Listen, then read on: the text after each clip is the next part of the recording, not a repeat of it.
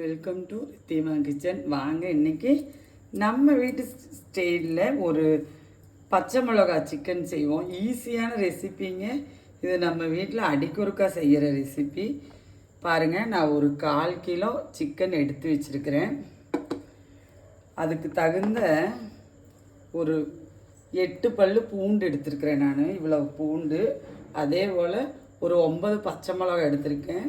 இதில் வேறு எதுவுமே தேவையில்லைங்க. இதை நான் அரைச்சிட்டு வந்துட்டு காட்டுறேன். பாருங்கள், நான் எண்ணெய் ஊற்றிக்க போகிறேன். எண்ணெய் இந்த சிக்கனுக்கு நீங்கள் தேங்காய் எண்ணெய் விட்டுக்குங்க, ரொம்ப நல்லாயிருக்கும். பாருங்கள், எண்ணெய் காஞ்சிருச்சு. நான் கருவேப்பிலை தான் போடுறேன்.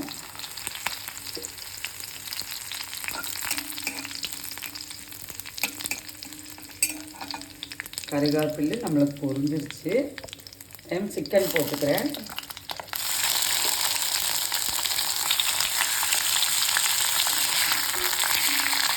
பாருங்க, இந்த டைம் நான் இந்த சிக்கனுக்கு தேவையான அளவு சால்ட்டு போட்டுட்டு போகிறேன்.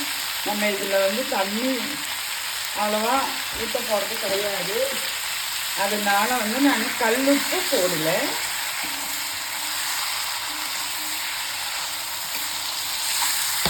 இதுலேயே தண்ணி வரும்.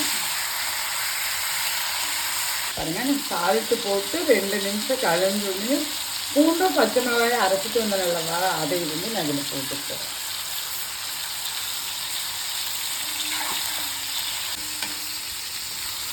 பேஸ்ட்டு போட்டு கிண்டி விட்டுட்டேன். இது தண்ணி உங்களுக்கு தேவை இருந்துச்சுன்னா கொஞ்சம் வச்சுக்கோங்க. இந்த நம்ம என்ன சொல்லுவாங்க, ஜாரு எழுதுன தண்ணியில் கொஞ்சம் வேணால் இவ்வளோ விட்டுக்கலாம். அதுக்கு மேலே பாருங்கள், நான் இவ்வளவு தான் விட போகிறேன். அதுக்கு மேலே விடுறது கிடையாது. மூடி போட்டுட்டோம்னா அதுலேயே நம்மளுக்கு இவ்வளோ தான் இந்த சிக்கனுக்கு தண்ணி. மூடி போட்டுட்டோம்னா அதுலேயே கொஞ்சம் தண்ணி பிரிஞ்சு வரும். அப்படியே ட்ரை ரோஸ்ட் பண்ணி எடுத்துடலாங்க.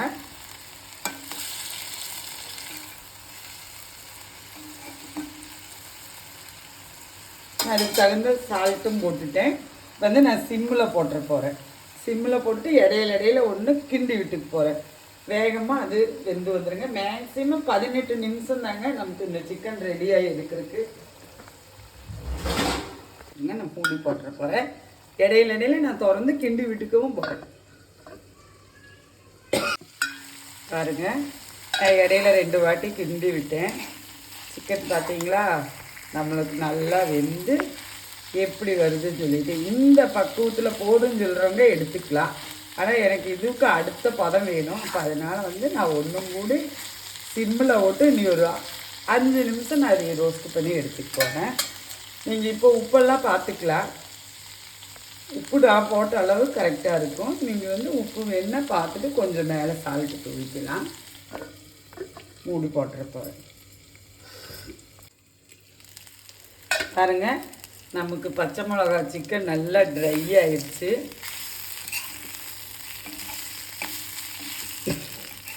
சிக்கன் நல்லா டேஸ்ட்டாக இருக்குங்க.